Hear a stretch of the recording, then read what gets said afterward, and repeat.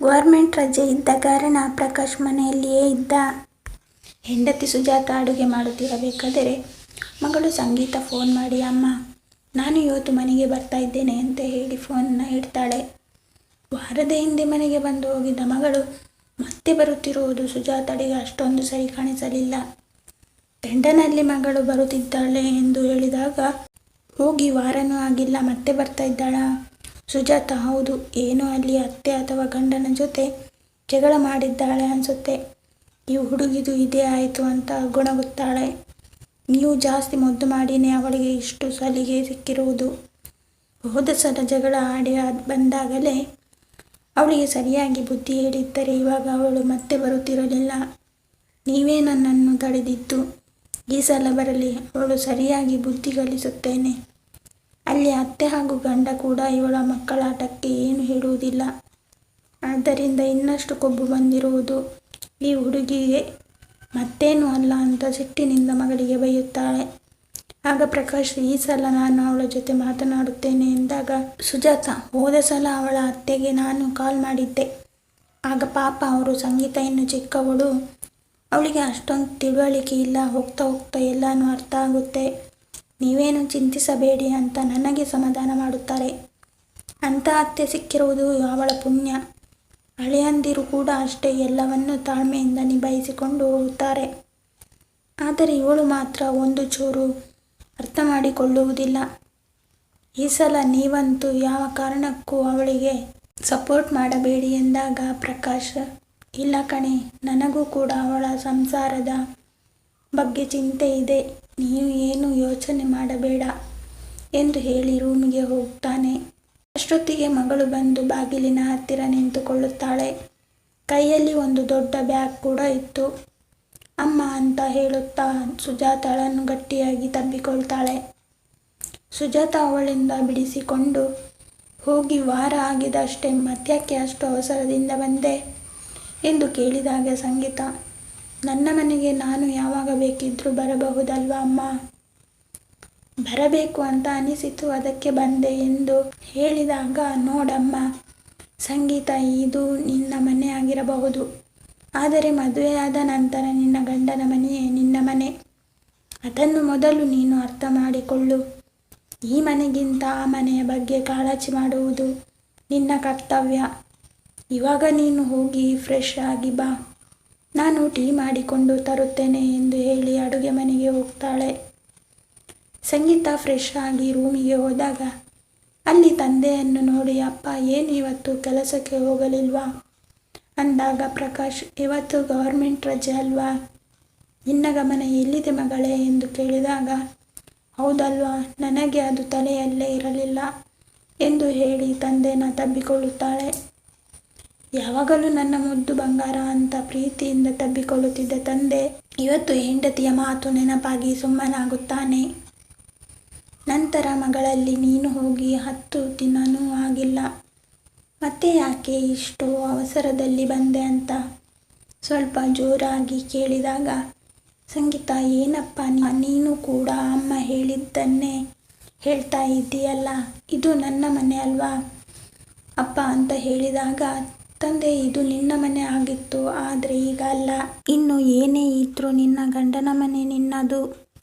ಈ ಮಾತನ್ನು ನೀನು ಯಾವತ್ತೂ ಮರಿಬೇಡ. ಹಾಗೆ ಈ ಥರ ಪದೇ ಪದೇ ತವರು ಮನೆಗೆ ಬರುವುದು ಸರಿನೂ ಅಲ್ಲ. ಅದು ನನಗೆ ಹಾಗೂ ನಿನ್ನ ತಾಯಿಗೆ ಇಷ್ಟನೂ ಆಗಲ್ಲ. ಅಷ್ಟರಲ್ಲಿ ಸುಜಾತ ಚಹಾ ಮಾಡಿಕೊಂಡು ರೂಮಿಗೆ ತಂದು ಮಗಳಲ್ಲಿ, ಸಂಗೀತ, ನೀನು ಈ ಥರ ಪದೇ ಪದೇ ಇಲ್ಲಿ ಬರುವುದಕ್ಕೆ ಕಾರಣ ಏನು ಅಂತ ಕೇಳಿದಾಗ, ಏನೂ ಇಲ್ಲ ಅಮ್ಮ ಅಂತ ಹೇಳುತ್ತಾಳೆ. ಆಗ ತಾಯಿ, ನೀನು ಸುಳ್ಳು ಹೇಳ್ತಾ ಇದ್ದೀಯಾ ಅಂತ ನಿನ್ನ ಕಣ್ಣು ನೋಡುವಾಗಲೇ ಗೊತ್ತಾಗ್ತಾ ಇದೆ. ಈ ಸಲ ಸುಜಾತಳಿಗೆ ಮಗಳ ಮೇಲೆ ತುಂಬಾ ಸಿಟ್ಟಿತ್ತು. ಯಾಕೆಂದರೆ ಮದುವೆಯಾಗಿ 6 ತಿಂಗಳು ಕೂಡ ಕಳೆದಿರಲಿಲ್ಲ. ಅಷ್ಟರಲ್ಲಿ ಒಂದು 10 ಬಾರಿ ಅಲ್ಲಿಂದ ಬ್ಯಾಗ್ ಹಿಡಿದುಕೊಂಡು ಬಂದಿದ್ಲು. ಸುಜಾತಳಿಗೆ ಅವಳ ಸಿಡಿಮಿಡಿ ಬುದ್ಧಿ ಮೊದಲೇ ಗೊತ್ತಿತ್ತು. ಮನೆಯಲ್ಲಿ ಕೂಡ ಅಷ್ಟೇ, ಏನಾದರೂ ಅಂದರೆ ಮುಖ ಗಂಟು ಮಾಡ್ತಾ ಇದ್ಲು.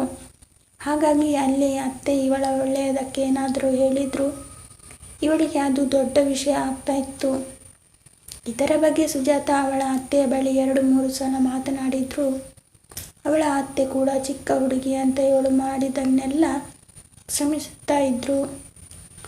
ಆದರೆ ಪ್ರತಿ ಸಲನೂ ಇದೇ ರೀತಿ ಆದರೆ ಕಷ್ಟ ಎಂದು ತಿಳಿದು ಸುಜಾತ ಪರಿಸ್ಥಿತಿಯನ್ನು ಸಂಭಾಳಿಸಲು ಪ್ರಯತ್ನ ಮಾಡ್ತಾಳೆ. ಆಗ ಸಂಗೀತ, ಅಮ್ಮ, ಅತ್ತೆ ನಾನು ಏನು ಮಾಡಿದ್ರೂ ಅದರ ಬಗ್ಗೆ ಕೊಂಕು ಮಾತನಾಡುತ್ತಾರೆ. ಯಾವಾಗಲೂ ಕೈ ತೊಳೆದೇ ಅಡುಗೆ ಮಾಡಬೇಕಂತೆ, ನಡೆಯುವಾಗ ಮೆಲ್ಲ ನಡೆಯಬೇಕಂತೆ, ಯಾರ ಜೊತೆನೂ ಮಾತನಾಡಬೇಕಾದರೆ ಜೋರಾಗಿ ನಗಾಡಿಕೊಂಡು ಮಾತನಾಡಬಾರದಂತೆ. ಇದೆಲ್ಲ ಹೇಗೆ ಸಾಧ್ಯ ಅಮ್ಮ? ನನಗೆ ನನ್ನಿಷ್ಟದ ಥರ ಬದುಕಬೇಕು ಅಂದಾಗ ಸುಜಾತ, ಒಂದು ವೇಳೆ ಇದೇ ಮಾತನ್ನು ನಾನು ನಿನಗೆ ಈ ಮನೆಯಲ್ಲಿ ಹೇಳ್ತಾ ಇದ್ದರೆ ನೀನು ಮನೆ ಬಿಟ್ಟು ಹೋಗ್ತಾ ಇದ್ದೀಯಾ ಅಂತ ಮಗಳಲ್ಲಿ ಪ್ರಶ್ನಿಸುತ್ತಾರೆ.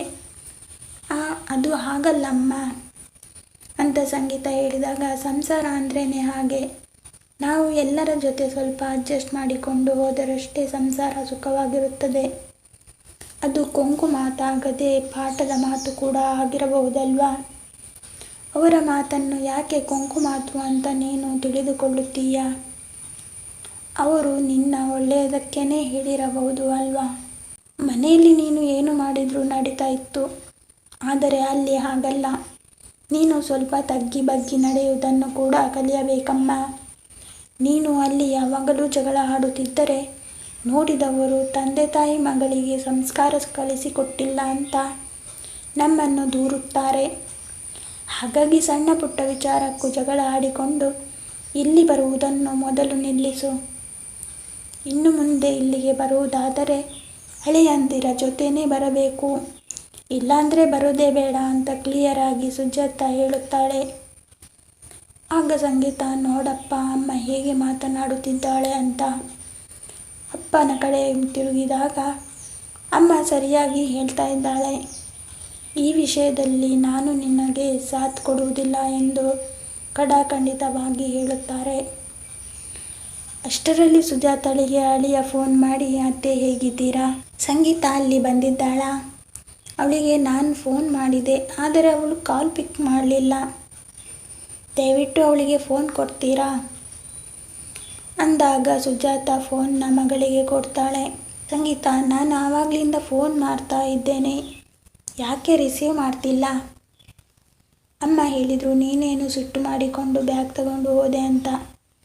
ಅಮ್ಮನಿಗೂ ನಿನ್ನದೇ ಚಿಂತೆ, ಇನ್ನು ಮುಂದೆ ಅವರು ನಿನಗೆ ಏನು ಹೇಳುವುದಿಲ್ಲ ಅಂತೆ, ನಿನ್ನ ಇಷ್ಟ ಪ್ರಕಾರ ನೀನು ಇರಬಹುದು ಅಂದಾಗ ಸಂಗೀತ, ಸಾರಿ ರೀ, ನನ್ನದೇ ತಪ್ಪು, ಇನ್ನು ಈ ಥರ ಯಾವತ್ತೂ ಆಗಲ್ಲ, ನಾನು ಇವಾಗಲೇ ಬರ್ತೀನಿ ಎಂದು ಗಂಡನಲ್ಲಿ ಹೇಳುತ್ತಾಳೆ. ಅವಳ ಮಾತಿನಲ್ಲಿ ಪಶ್ಚಾತ್ತಾಪ ಎದ್ದು ಕಾಣುತ್ತಿತ್ತು. ತಾಯಿ ಕೂಡ, ನೋಡು ಮಗಳೇ, ಇಂತಹ ಒಳ್ಳೆ ಪರಿವಾರ ಎಲ್ಲರಿಗೂ ಸಿಗುವುದು ಕಷ್ಟ ಎಂದಾಗ, ಹೌದಮ್ಮ, ನೀನು ಹೇಳುವುದು ಸರಿ, ನಾನಿನ್ನು ಹೊರಡುತ್ತೇನೆ, ಇಲ್ಲ ಅಂದರೆ ತಡ ಆಗುತ್ತೆ ಅಂತ ಹೇಳಿ ತನ್ನ ಬ್ಯಾಗನ್ನು ಹಿಡಿದುಕೊಂಡು ತನ್ನ ಮನೆಗೆ ಹೊರಡುವಾಗ, ತಂದೆ, ಇಲ್ಲಿ ಕೊಡಮ್ಮ ಬ್ಯಾಗ್, ನಾನು ನಿನ್ನ ಜೊತೆ ಬಸ್ ಸ್ಟ್ಯಾಂಡ್ ತನಕ ಬರುತ್ತೇನೆ ಅಂತ ಹೇಳಿದಾಗ ಮಗಳು, ಪರವಾಗಿಲ್ಲಪ್ಪ, ನಾನು ಒಬ್ಬಳೇ ಹೋಗುತ್ತೀನಿ, ಇವಾಗ ನಿಮ್ಮ ಮಗಳು ತುಂಬ ದೊಡ್ಡವಳಾಗಿದ್ದಾಳೆ ಎಂದು ಹೇಳಿ ಬ್ಯಾಗ್ ಹಿಡಿದುಕೊಂಡು ಮನೆಯಿಂದ ಹೊರಡುತ್ತಾಳೆ. ಪ್ರಕಾಶ್ ಹಾಗೂ ಸುಜಾತ ತನ್ನ ಮಗಳು ಗಂಡನ ಮನೆಗೆ ಹೋಗುವುದನ್ನು ನೋಡಿ ನಿಜವಾಗಲೂ ತುಂಬಾ ಸಂತೋಷಪಟ್ಟರು. ಮಿತ್ರರೇ, ಕೆಲವೊಂದು ಸಲ ಹೆಣ್ಣು ಮಕ್ಕಳು ಜಗಳ ಆಡಿಕೊಂಡು ತವರು ಮನೆಗೆ ಬರುವುದು ಸಹಜ. ಆ ಸಮಯದಲ್ಲಿ ಹೆತ್ತವರು ಮಗಳಿಗೆ ಸಪೋರ್ಟ್ ಮಾಡುವ ಬದಲು ಅಲ್ಲಿ ನಿಜವಾಗಲೂ ನಡೆದದ್ದಾದರೂ ಏನು, ಆ ಜಗಳದಲ್ಲಿ ನನ್ನ ಮಗಳ ಪಾಲು ಎಷ್ಟಿದೆ ಎಂಬುದನ್ನು ಅರಿಯಲು ಪ್ರಯತ್ನಪಟ್ಟು ಅವರಿಗೆ ಅರ್ಥ ಆಗುವ ಹಾಗೆ ತಿಳಿ ಹೇಳಿದರೆ ಎಷ್ಟೋ ಹೆಣ್ಣು ಮಕ್ಕಳು ಗಂಡನನ್ನು ಬಿಟ್ಟು ತವರು ಮನೆಯಲ್ಲೇ ಉಳಿದುಕೊಳ್ಳುವುದು ತಪ್ಪುತ್ತದೆ.